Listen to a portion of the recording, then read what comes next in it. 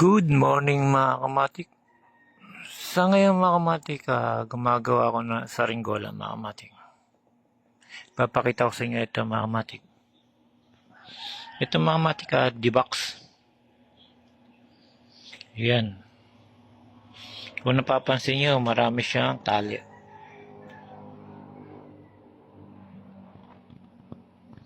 Sa D-box kasi mga kamatik, kailangan maraming tali. Kasi ang hangin, pagka wala siyang tali, baka bumuka lang at tumupoy ang mga kamatik. Tutupi siya pagka malakas ang hangin. Pero pagka marami siyang tali, patulad nito,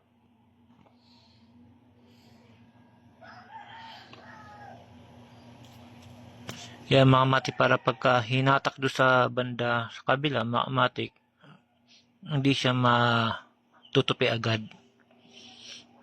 Yan.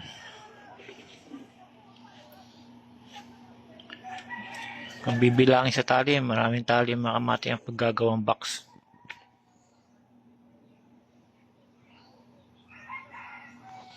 Kailangan kasi maging box talaga pantay. Pagka hindi kasi pantay mga kamatik pagkagawa mo, posibilidad na iikot yung ginagawa mo mga kamatik at tutupi pagka walang masyado tali mga kamatik. Pero pagka may tali siya mga kamatik, matibay na yan. Lalo magtitibay yan mga kamatik pagka meron siyang plastic na mga kamatik. Titibay yan pagka may plastic na. Sa ngayon mga kamatik,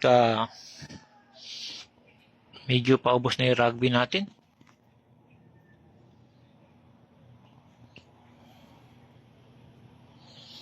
Ewan ko lang kung matatapos natin ito mga kamatik, pero susubukan lang natin. Pagka naubos, bibili na tayo rugby.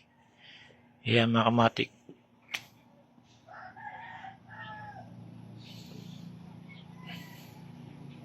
Yan, halos lahat yan puro tali.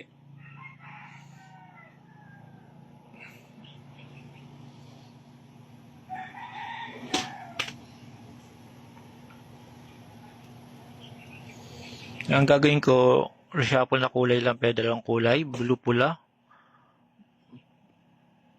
pula-blue.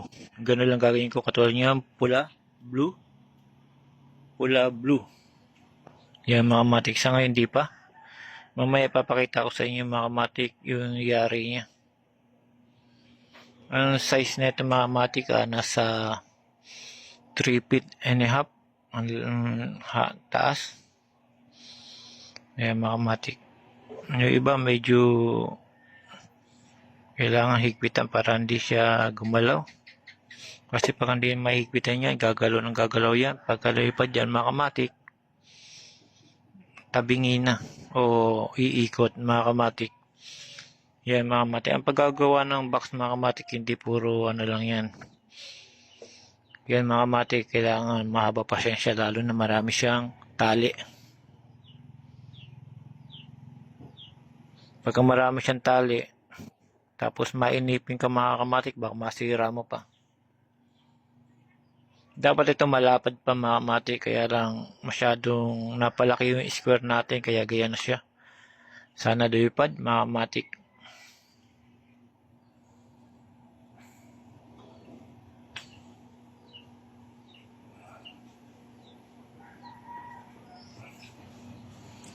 Sa ngayon mga kamatik, tatapusin ko muna ito kung hanggang saan kaya ng rugby natin. Mamaya mga kamatik, papakita ko sa inyo kung yari na siya.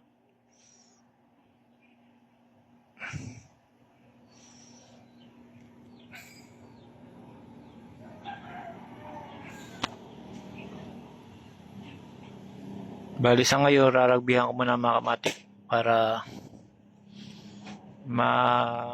pagka magrarugby ka mga kamatik, kailangan meron laging maliit na plastic na pang extra para ito yung pantupi mo na pagganyan. Yan, kung napapansin yung may extra yan, para yun yung itutupi. Katulad na ito mga kamatik, tinutupi para hindi siya matanggal agad. Yun mga matik, update ko kayo katapos nito. Yun mga matik, ito na siya. Medyo isang side na lang. Saka dito. Kaya lang ang problema mga matik, naubusan tayo rugby. Di na kinaya. Mamaya ano ko na lang sa inyo mga matik pagka okay na. Pakita ko na lang sa inyo.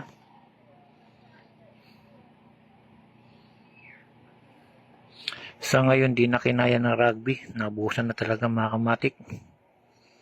Bibili pa tayo, malayo pa bilihan dito mga kamatik.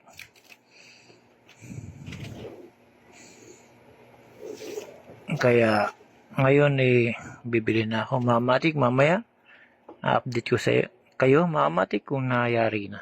Papakita ko sa inyo pagka na ayos na ito mga kamatik. Ang ating D-box.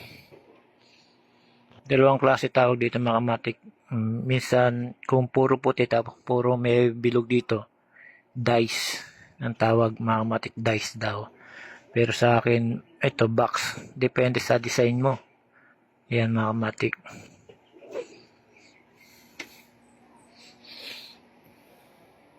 Yan, malaki siya.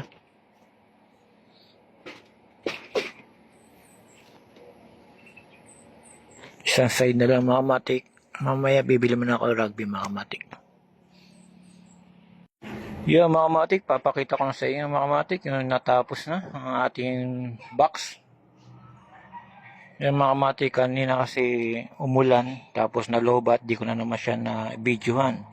Ngayon na full charge na. Ngayon pa lang mga kamatik na mabibidyohan itong ginawa natin D-box.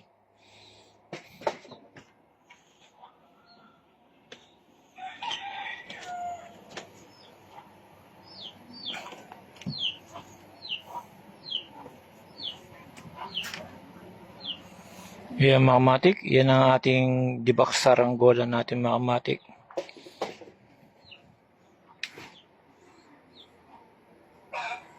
Yan mga kamatik, ang tali niyan, pwede isa, pwede hanggang dito. Ito hindi naman masyado gitna ito mga kamatik. Napakagaan niya mga kamatik ko. Kasi may box na pagka gusto ng customer na mabigat, sobrang laki mga kamatik. Solid yung mga kawayan. Ito mga kamatik, pili lang tong kawayan to. Solid siya. Kaya naayos natin na maigi. Ang pagbabalot na ito mga kamatik, medyo masalimuhot. Ayan. Pagka maganda-ganda hangin, susubukan natin tong D-box natin mga kamatik.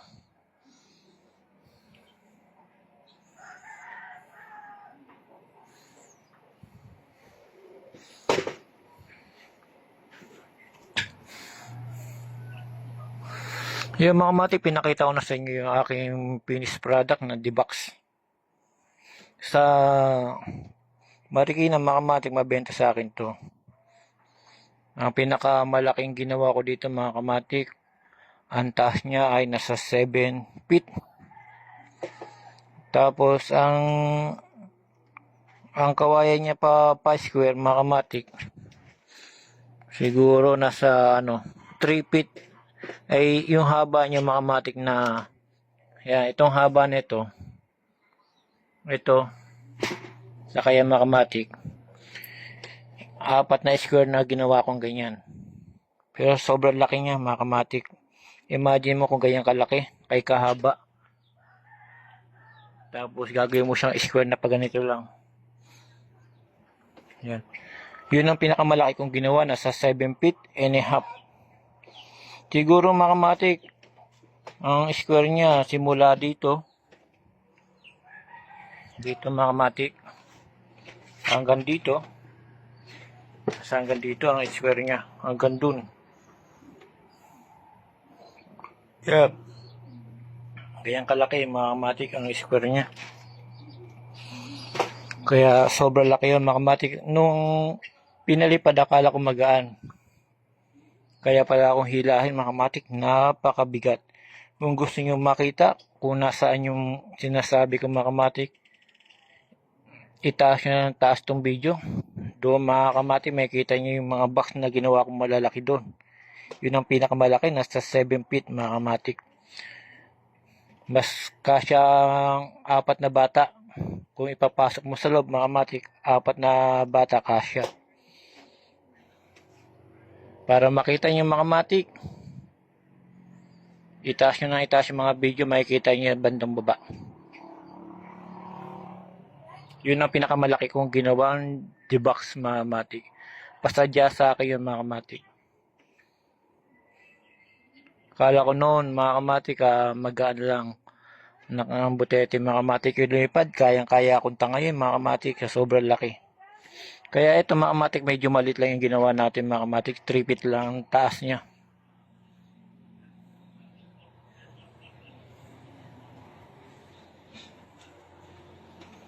Hanggang dito lang yung mga kamatik. Sa hita ako mga kamatik, mga 3 feet yan. Yung mga kamatik, hanggang dito na lang. Salamat sa panonood mga kamatik. Kung gusto niyo yung makita yung malaking box mga kamatik, itaas nyo na taas yung mga video, makikita nyo kung gaano kalaki yan mga kamatik, makikita nyo yan doon sa video. Hanggang dito na lang, salamat mga kamatik. Ito ang aking ginawang D-box na kakatapos lang mga kamatik.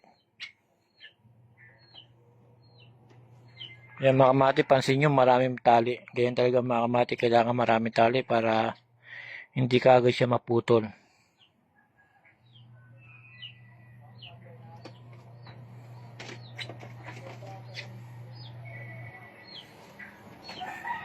Yan mga kamatik, 2 colors lang yan. Pula, blue, blue, pula. Yun, hanggang dito na lang uli. Salamat again.